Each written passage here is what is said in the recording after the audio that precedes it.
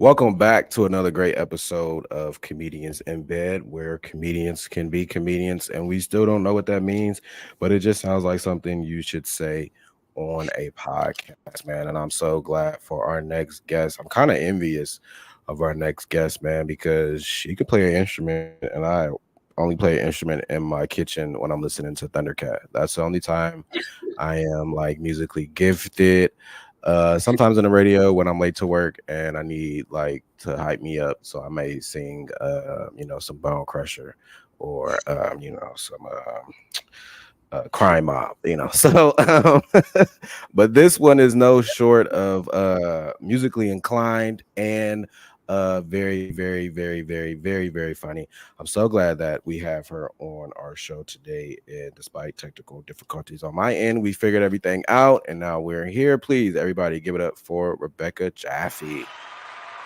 Gosh, What's yeah. going on? How you doing today? How you doing today? I'm doing good. Yeah, it's been a good day so far. Yeah, That's yeah. good. I need to adopt something that you do, which is smile a lot. You smile a lot, but I love it. Yeah, I get that from my mom. When she was younger, she once got someone gifted her a pin that says "I smile because I have no clue what I'm doing," and that is definitely the same for me. It's because I am always confused and bewildered. So yeah. No. No, I love it. That's great. And it's something I'm working to get back on is smile more. Because sometimes I just be in my own head and I don't be, it's 8 billion people in the world, but I act like it's not. So I Get just it. speak Like I over have when I'm not smiling, I have this thing called resting sad face. It makes me look like I'm just absolutely devastated. People are always asking me like, "Are you okay?" Because I always just look like I'm on the it. verge of sobbing. Yeah. So smiling's a better default for me. Yeah. Rebecca, are you born and raised in Chicago? No, I am not. So I was born in New Orleans, Louisiana, but I only lived there till I was 5, and then I was raised in St. Louis, Missouri. Okay. Yeah. Is that the scene you're in, or I thought you were in Chicago. I am in the Chicago scene now. Yeah, I moved Okay, there okay, about okay. yeah, I moved there about 8 months ago for the comedy scene here. I wanted a place where I could grow more as a comic and really try like really creative stuff. I feel like here people are really unafraid to take risks and kind of go for it. I felt like it was a good place to develop my act after graduating college. So that's where I went. What part of St. Louis are you from? Because I have family there. Oh, I don't no way. know who they are or where they live or anything like that. But I always like to claim I have family there. My mom's from St. Louis. Oh my gosh. So I'm from like the Olivet area. It's kind of like 15 minutes from everything. 15 minutes from like the loop, 15 minutes from the suburbs, like kind of just 15 minutes from everything. Yeah. Yeah. And Did you? yeah. I didn't take you to be. I say this as a compliment, a country bumpkin. But I was growing up in the country, and now you're. I mean, St. Louis isn't too country, but now you're like officially a city girl. So how does that Yeah. work? I really like the city. I feel like, yeah, I never was raised super like country bumpkin. I don't know. My family is not like tough in that way at all. Like Yeah. none of us played sports. My dad was forced to do football once in his teens. I was like on a volleyball team for 2 weeks one time till I caught the ball in the middle of the game. And then I was like kicked off. I was just there Yeah. like, to wear the shorts because I thought the shorts were cool. But as I was saying, back to the topic at hand. I feel like meant to be living in a city. I feel like with my ADHD, I'm like I like a lot of stimulation. I like a lot going on at once. But also there is a little bit of country in me, just a little bit. Like, I really like farms. One time I milked a cow and like I use it as a bragging point in every conversation I have. I don't know. I'm Yeah. just really proud of that one time I milked that cow. Like if college out, I might go back and like get a degree in like agriculture or something and like go try to work on a farm because I just really like So animals. what's the dating app that you would prefer? Is it Tinder or Farmers Only? Ah! Oh I've never tried Farmers Only. I hate Tinder. I recently deleted my Tinder. I was so overwhelmed. Yeah. I don't like it at all. I am a Hinge girl. I Really? Yes. I Okay. For a long time I was a Bumble girl, but I don't know. I feel like Bumble's becoming more like Tinder. Mm. And no, I like Hinge. I like Hinge so far. I don't What know. make what makes Hinge stand out? I don't know, because it actually takes some thought to make the profile. Like, it's kind of difficult. You actually have to think about it. I don't Yeah. know. And like they actually like have to talk to you to like Mhm. pique your interest. I don't know. I haven't been on like the apps in a long time though. I've gotten them more recently, and it's like so interesting. I only Yeah. go on them I only go on them and create a profile, like, when I'm really bored and I feel like judging people, because I feel like it's allowed to judge people on the apps, like, "No, you're not cute. Yes, you're cute." That's when I I do mean, on time. yeah, I agree. I mean, like in the real world, we're judging people all the time. Why not have a place where it's like we're designated to do that? I mean, yeah, and I'll be judged too. It's interesting to see like who likes me and who doesn't. Like I've noticed like the consistencies and like whose type I am, and it's really Yeah. interesting. I feel like everyone who swipes right on me is like often like the guys who are in like a D&D league, like the you know what I mean? That's like the stuff. I got the sound effect. I'm so excited. Every time, well, last one I had was Hinge, and I get a little bit more response on there, but maybe because it forces you to be honest. Like, I tell people all the time, like, right up there, I'm short, so if you're on this profile and you like me, you already know like what this is. I'm probably not taller than you, so deal with it. But I had to get off because I found somebody I went to elementary school with, and she was cool, but it just wasn't gonna go anywhere. So I was like, yeah, let me just get off here. It felt like I feel like, yeah, once you start running into the people that you know, it starts getting a little weird. Recently, I saw one of my mom's friends' kids on there, like who I was like childhood friends with. And like Yeah. he had a photo with his mom. And I was like, wait, is that my mom's friend on him? What? And then I was like, I need a minute. I need a minute. Man, Yeah. they need an app where I could date my mom's friends. Like that would be Your the app mom's that I would friends? sign. Are your mom's Yeah, I friends? would. What? I mean, no, but they look like they'll go for it. I mean, You already sort of have mom's approval, right? She approved right. with them, so they must be like some level of good. I don't That know. would I be a don't. my Mhm. fault. Go ahead. No, you go ahead. I don't know what I was gonna say. That would be a good app. Like if like a cougar app.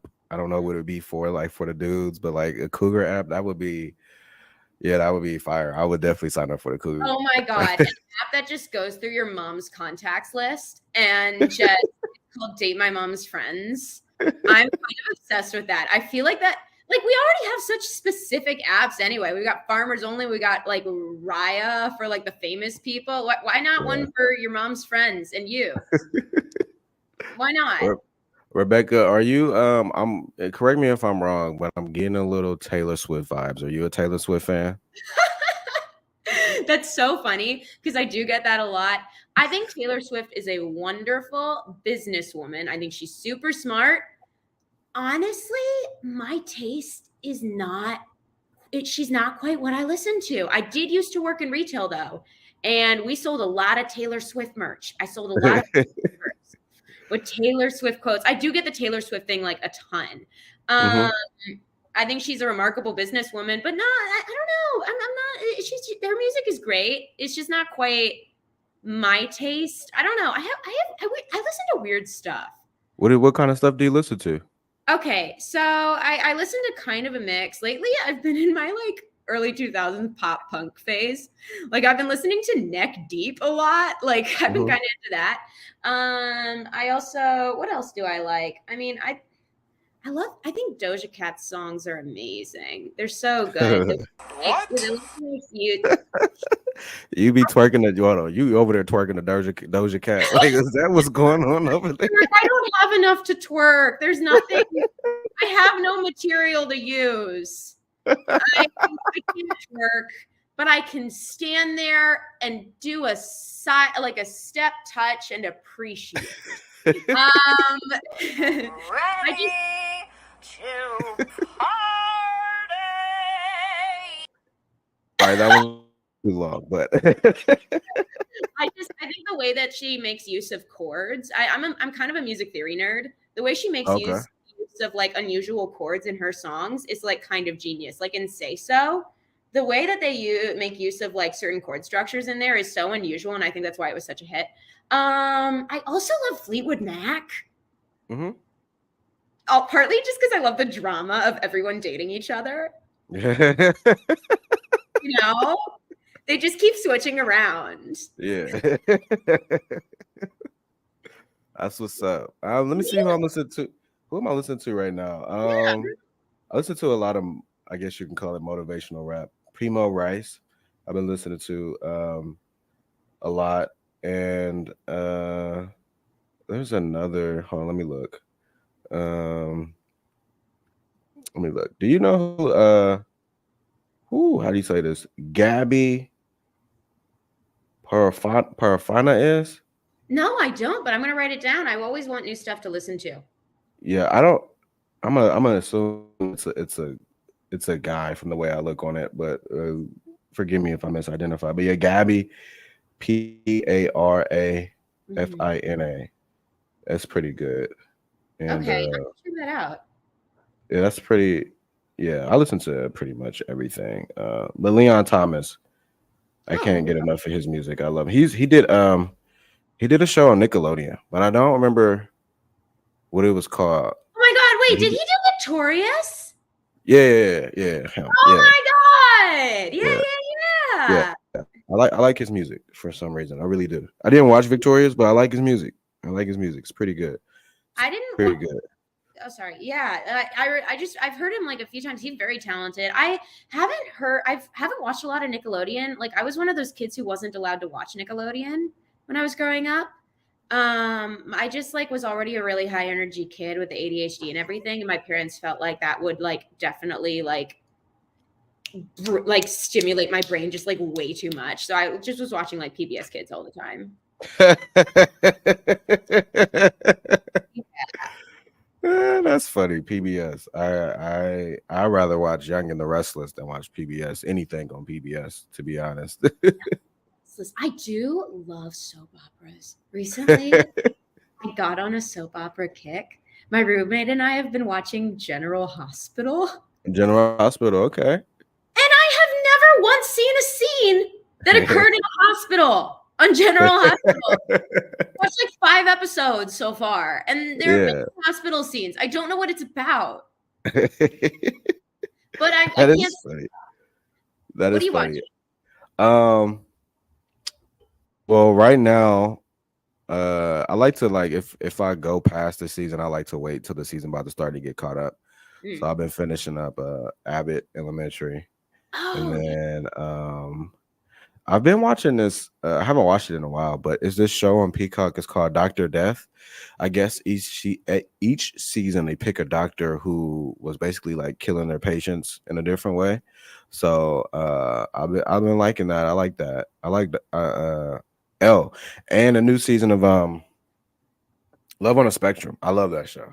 oh, Love on the really? Spectrum. I've heard good Yeah. things. Yeah, I haven't checked it out. Doctor Death sounds intriguing. I feel like sometimes as comedians, like sometimes we gotta watch dark stuff to like just get out of that like mindset that we're always in where everything is funny all the time, you know? Right. Some But true now crime.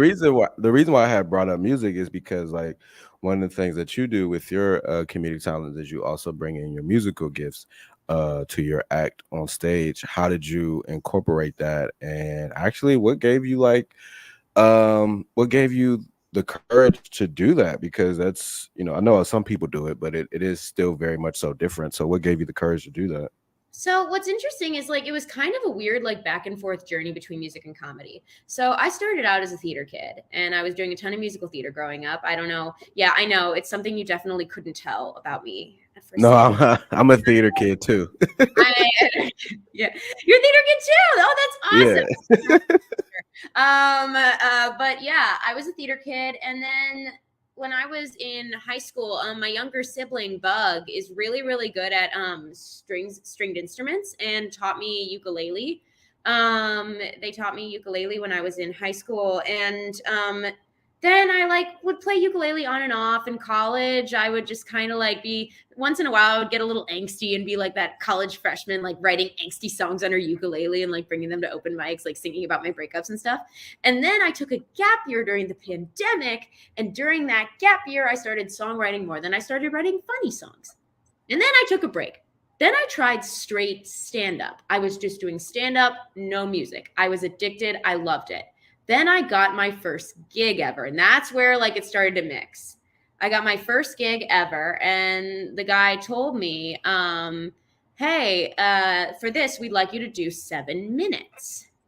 At the time, I was like 2 weeks in. So I only had 4 minutes of material, but I knew that I could write songs. So I was like, why don't I write a song to fill the other 3 minutes that like relates to the material in my set? And that's how it came together. And I realized this is actually working for me. And so I started combining the two more from there. And I realized like when I could write jokes that like rhymed, that were set to music, I realized that's more how my brain works. Yeah. And that's kind of how I came up with this whole thing that I do now. Matter of fact, now that you talk about it, do you ever plan on putting like I don't know what the word would be for it, but like I guess a comedic singing album? And the reason why I ask is because what is his name? Mark Rebellion? You know what I'm talking about? He goes out like I want to say New York, and he just makes like these ridiculous songs. Like he'll make the beat like on the spot, and he'll just make up these songs that are just outrageous and crazy, but they're funny. But they're funny to me because I just think it's funny. But he's also kind of being serious, but it makes for a good artist. Like it got him all the way to Coachella, but I don't think he's trying to be funny on purpose. I just think sometimes what he says is funny. So do you plan on infusing the two and putting like an album out or something like that? I do actually. Yeah. So I work with a producer in St. Louis named John Heiserer. He's amazing. He worked with one of my favorite artists, Ricky Montgomery. And we recorded Ode to Tube Man together, and we're actually working together in March. In March, I'm going to go home to St. Louis for a little while, stay with my family, and work with John just every day to get this album recorded. I have a bunch of songs in mind. I've been sending him demos already. So that is definitely in process. We're going to make it like, we're going to add like little things, because usually I just play acoustic. We're going to add like little touches that are going to make it like more pleasing to listen to, you know, if you're driving in the car, going on a run, something that you can actually listen to like leisurely. So I'm really, really excited about that. I feel like I've been waiting a while to do an album, and it feels like it's time. And he's just an incredible producer, and it's just a great fit. Yeah, man. Congratulations! So you're in the studio. What is it like to be in the studio with you? Do you have tea? Are you smoking ganja? Are you doing a line of coke? That's so funny. It's Oprah in the background. What are you doing? That I am sober in the studio. I am. No, what we'll do, we have a really interesting process in the studio. Just me and John. It's at his house. He has this amazing at-home studio. He has incredible equipment. So I go over there and we'll work for a little while. Like we'll record everything, and then we'll start working on those little touches. He'll add things. He's just like kind of a genius in that way. We'll be like sampling things, figuring out what's a good fit here, what's a good fit here, what are the harmonies. And then we'll take breaks every once in a while, like whether it's to go get food. But one thing we really like to do is go on bike rides in between like hours of recording. We'll ride bikes. And then also sometimes we'll sit and watch I Think You Should Leave, you know, with Tim Robinson. And yeah, so those are kind of just our traditions that we do. We get there's this place in St. Louis, Crazy Bulls and Raps. We often go there and get food there. So those are the things that we do, really. So Yeah. bike rides are gonna be the way to a Grammy late at Yes. night. No coke in this studio. I have not done like crazy drugs. The thing is, I'm already on so much prescribed stuff Okay. that I just feel like I'm already on the Ritalin. I'm on Prozac. I'm on that. I don't know how that's going to react with like stuff that's not approved by the FDA. So I don't mix it. Hey, what's not approved by the FDA is approved by the streets, and the streets say Well, the you know streets say that. me. If it's approved by the streets, then it's approved by Rebecca Jaffe. I don't know. I don't know. I took my That, Ritalin like very shortly before doing this, so it's still sinking in. As we were, that what was were you? that was like the best political slogan commercial ever. Um, no, that's the worst commercial. I was the worst. What would it be a commercial for? Is it a commercial for drugs? Like, if it is, I'm the worst spokesman ever. I would be popular though. I feel like I would be incredible because I do have a lot of Ritalin because it's prescribed to me. And Mhm. I feel like I could like pretty easily pull it, but I wouldn't want to. I don't know. Yeah, That you I could don't want to. you could easily make 500 in one night if you go to the club. I have to like pay like about that much to go see the psychiatrist to get more Ritalin. So I don't it doesn't I end up just like pretty much breaking even. Might as well keep the Ritalin. My Ritalin's nice. It's long acting. It's the nice stuff. I mean, do people use Ritalin in the club? I feel like you're not supposed to concentrate while you're in the club. Like, Well, it's so no, much going on when you're upstage. I If don't. someone slipped me a riddle, like a little half of it or a little crumb, Yeah, a little dust of it, I would take it. I would probably take it. okay. I'll take it. I always I make sure to have my Ritalin before performing because Yeah. it's hard for me to do like any type of crowd work if I can't pay attention. Okay, yeah. Yeah, that is Yeah. true. Yeah, yeah. So you do have a single though on Spotify. What was like that process like? And the reason why I ask is because Spotify I feel like is more artist friendly based. And so like if you were to put a comedy album on there or any type of art on their Spotify, I would recommend that to be for anybody. So how was that process of putting that single on there? It was good. I had a lot of guidance from John for that. I ended up using a service called DistroKid, which is great. It's super easy to use. I recommend it for like anyone trying to put stuff on Spotify.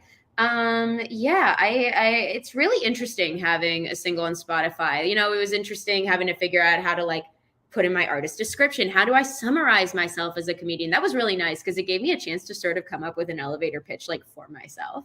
Yeah. Trying to pitch the song to editorial playlists. None of them wanted it. But that's okay. I've gotten a lot of listens in Finland for some reason. I don't Yeah.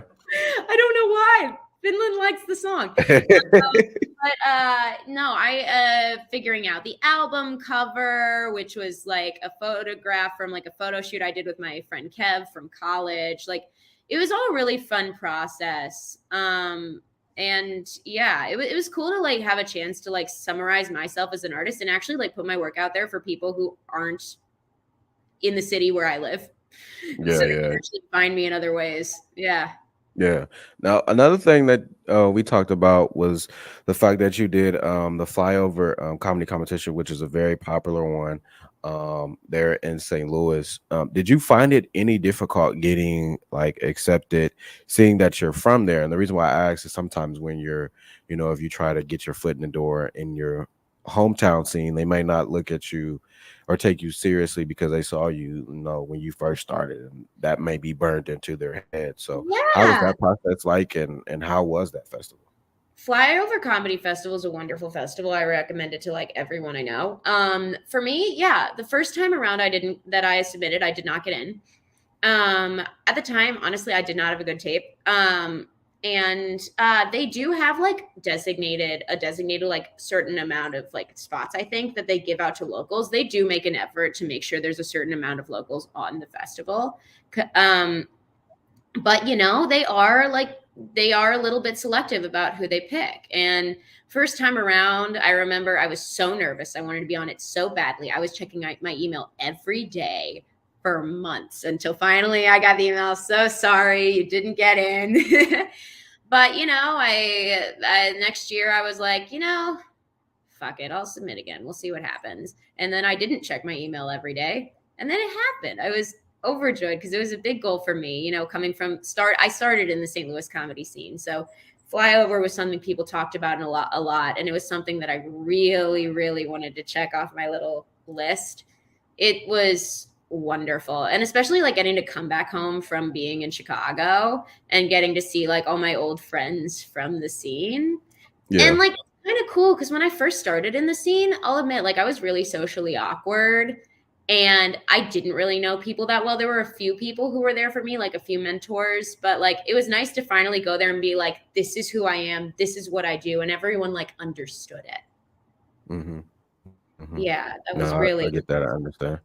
How did you do. you overcome being like socially awkward at like mics or something like that? Or do you think it was just this is something new that I'm learning and I'm just going to sit back and relax? And now when you came back, you were more confident in your craft. Yeah. So what caused me to be kind of socially awkward, along with ADHD, I also have something called an auditory processing disorder, which means that like sometimes if I'm in a stimulating environment, you know, like say a noisy open mic, people will start to say, you know, those videos like what English sounds like to non-English speakers? Or like Mm-hmm. how the Sims sound when they talk. Like sometimes people start to sound like that to me. They start to sound a little bit like the adults from Charlie Brown.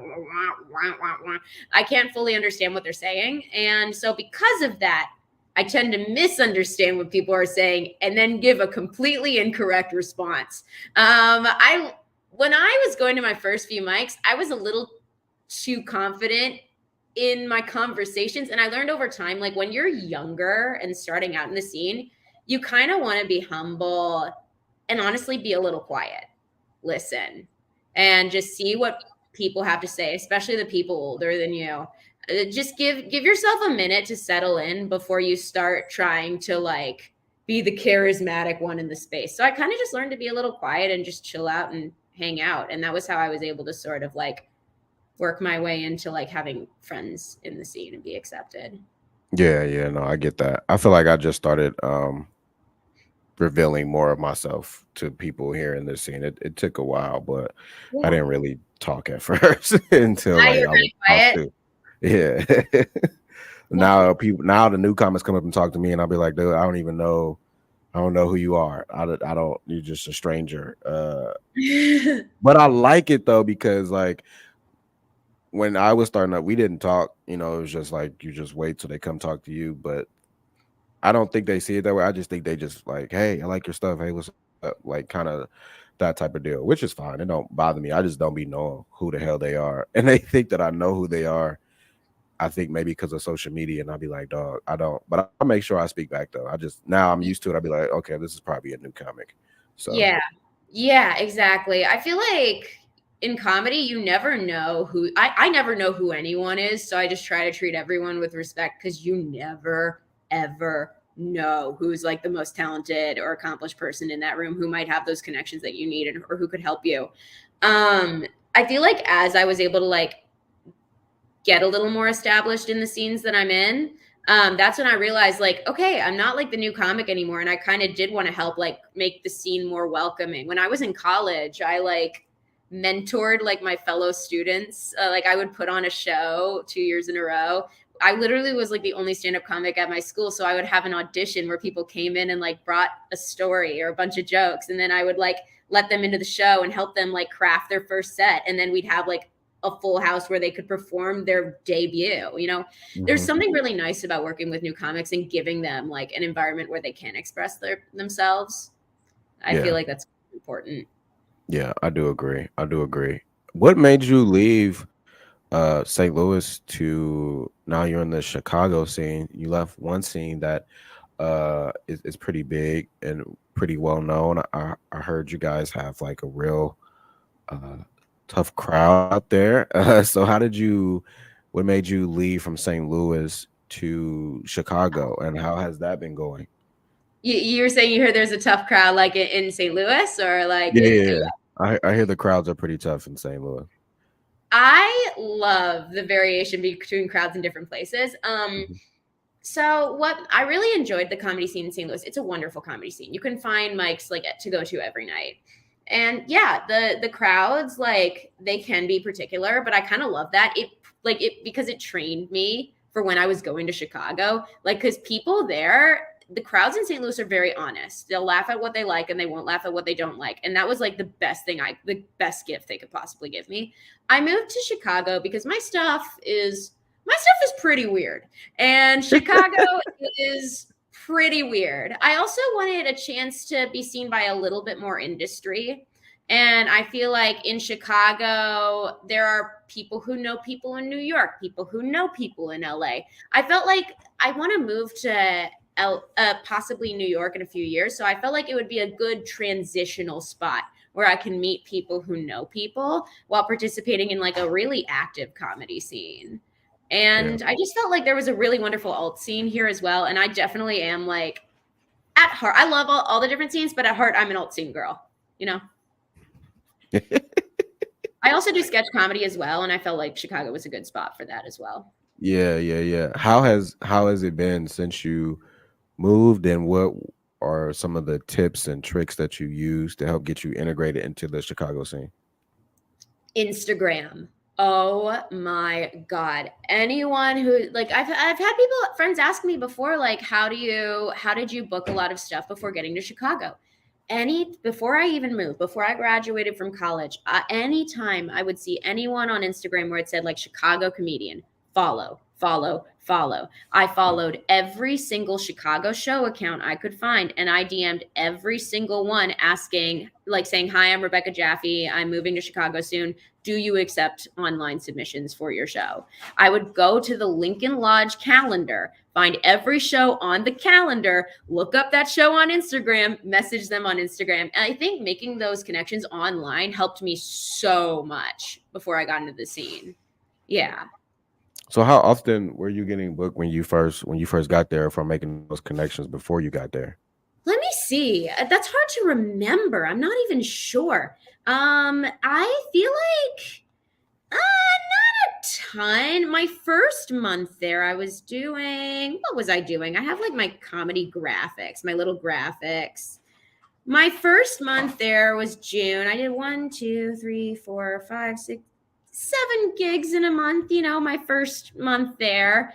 Get some stage time. And then, over time it's become more and more. And yeah, when I wasn't doing the gigs, I was trying to either go to dinner with someone from the comedy scene, grab lunch with someone from the comedy scene, have at least a FaceTime or text conversation with someone in Chicago comedy, Yeah. or even just like working on something for my single every day, just something Hmm. to get myself a little bit further.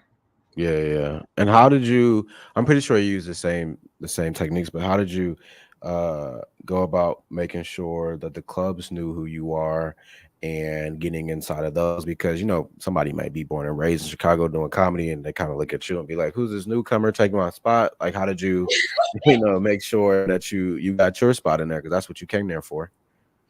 So I will tell you, clubs are a more recent thing for me. Like I said, at heart, I'm an alt scene girl. Clubs have been a more recent thing for me.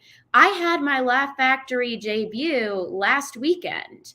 I Hmm. mean, my goal was to do that within a year of moving to Chicago. And then I've got another one l- later this week, and then one next month, and then one the month after that. But how I got into the clubs. Okay. So first thing was it's really through contacts that I knew. By making friends in the comedy scene, someone usually has someone's email who might book at those clubs. And so you can sometimes do that. But how I got the Laugh Factory stuff was actually through performing at a mic where a bunch of Laugh Factory producers just happened to be hanging out and they saw my stuff. And before that, I had also messaged them on Instagram asking, if they accept submission. So they had heard my name a little bit. Mm-hmm. And so, just getting your work out there. I will say, like, I feel like for me, a few years ago, I got my first spot at a club, right? I wasn't ready. I wasn't ready at all. After that, I got a spot at Helium maybe within like my first year of doing comedy hosting. I wasn't ready. It was okay. And then after that, I realized like I need to focus on myself and just like blinders on, keep my eyes on the prize. I think if you focus on really developing your own craft and making friends and not as much focusing on actually getting into the clubs, that's what gets you into the clubs, really. Yeah, yeah. I can see that. I understand. Yeah. Who has the better food, St. Louis or Chicago? Chicago. Okay. Absolutely. I mean, the thing is, that's what I feel. I don't like the classic St. Louis foods. Like, have you ever had Emo's? No. Emo's pizza, it tastes like cardboard. Everyone there likes it. I'm in so much trouble. I feel like someday, like I'm gonna be if I ever do like make it, like people are gonna find this interview and they're gonna just be like, she doesn't like Emo's. She can't come back here. God, she's not a real St. Louisan. But like it tastes like cardboard. Everyone likes it. One time I was drunk and I was starving, and even then I was like, I can't eat this bullshit. Yeah, yeah.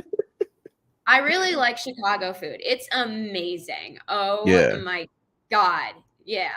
No, I understand. So what's Yeah. the ultimate, since you're very you're very you brought in two like gifts and infused them together. So what's like the ultimate goal with like I'll say your artistry? Like, is it to do sketch, or is it to just do any and everything that is comedic and music? Like, what is the ultimate goal here? So the career trajectory that I relate to the most to, have you ever heard of Flight of the Conchords?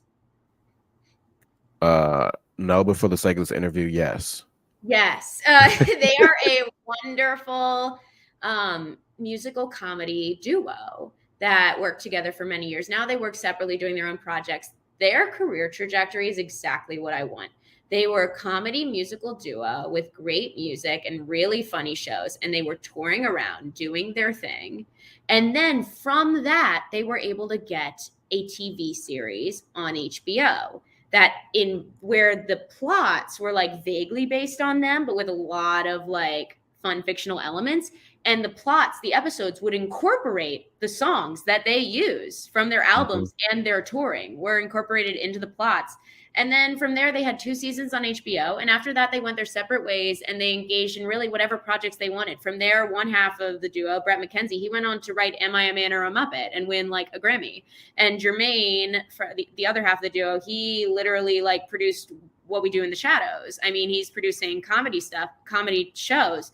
So my goal is to become a touring performer. And then from there, get my own show, kind of the Rebecca show, something kind of crazy ex-girlfriend-esque, Rachel Bloom-esque, and have a show that involves sketch, involves plot, but also involves my songs. And so then I can continue to tour while also producing the show. And then from there, I want to become producer, writer, actor. I want to be able to really engage in projects that I'm passionate about. But I think I've been trying to figure out what's the best path for me to get there. And I think it's by starting out as a touring performer. Okay. Yeah. Like, that's a lot to be playing instruments and telling jokes. But I always find it, whether if people actually have an instrument up there or not, or if they just go up there and do some type of musical gift like rapping, or I've seen people go up there and rap and rhyme their jokes out, which I think is funny. I think is very unique, and I really value and appreciate it. And I don't know if it's something that I could do, so I always like it. It stands out the most. Do you think you would ever sign your guitar and give it away after a show? Oh, my uke. I wish I could play guitar. My fingers. I'm Yeah. always like, my fingers hurt. I'm such a pussy about it. But I love ukulele. Would I sign it and give it away? Oh, I don't think I could. I ukulele. Her name is Wilma. She's a beautiful little blue ukulele, and she's perfect, and I love her. I don't think I could ever give her away. Like I play any other ukulele. People have asked me to play one that plugs into an amp. I won't do it. I Yeah, yeah, I play my ukulele. I yeah. am attached to her. No, I understand. As we start to wrap this up here, who is on your a question I ask all my guests? Who is on your Mount Rushmore for comedy? My Mount Rushmore for comedy. Oh, that's hard. Okay. I really love Chris Fleming.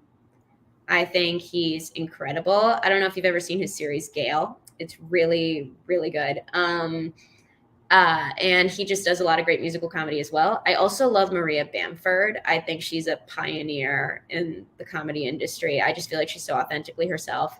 And then the other two have got to be both members of Flight of the Conchords. I think they're incredible. Yeah, those are my Mount Rushmore probably. Okay. What words of encouragement would you give to any comedian that's listening to this right now? Like I said earlier, I said something earlier about putting your blinders on. That is something someone told me once. Don't let the competition around you get in the way of developing your craft and focusing on yourself. Put your blinders on and focus on your act. And also, no one can tell you the proper path to find success in comedy. I didn't exactly take the most traditional path. I'm only like just starting out with the clubs. I kind of took more of like a musical route at first. Focus on what path is working for you. It doesn't have to be the traditional path. Go with your gut and really, really focus on taking care of yourself. That should come before anything. My comedy has always been best when I took care of my health and mental health first. Message. Rebecca, tell people why they should listen to Comedians in Bed. Oh, why should they listen to comedians in bed? Well, I feel like one, it was freaking fun. I feel like we were pretty damn funny. I feel like we had a good time. Also, I feel like as a comedian, I think it's good to like listen to other comedians' perspective, or even just as an everyday person. I think there's a lot you can learn from hearing comedians' inner thoughts and learning about their process that you can take into your relationships, into your daily life, into being like a more whole person. Yeah. I don't know what I just said, but yeah, that's how I feel. I speak in long sentences, but that's just how I feel. I don't know. There's a lot you can learn. Comedians are the smartest people I've ever met. And I think there's a lot you can learn from being in a conversation with one or hearing a conversation from one. Rebecca, tell people where they can find you at.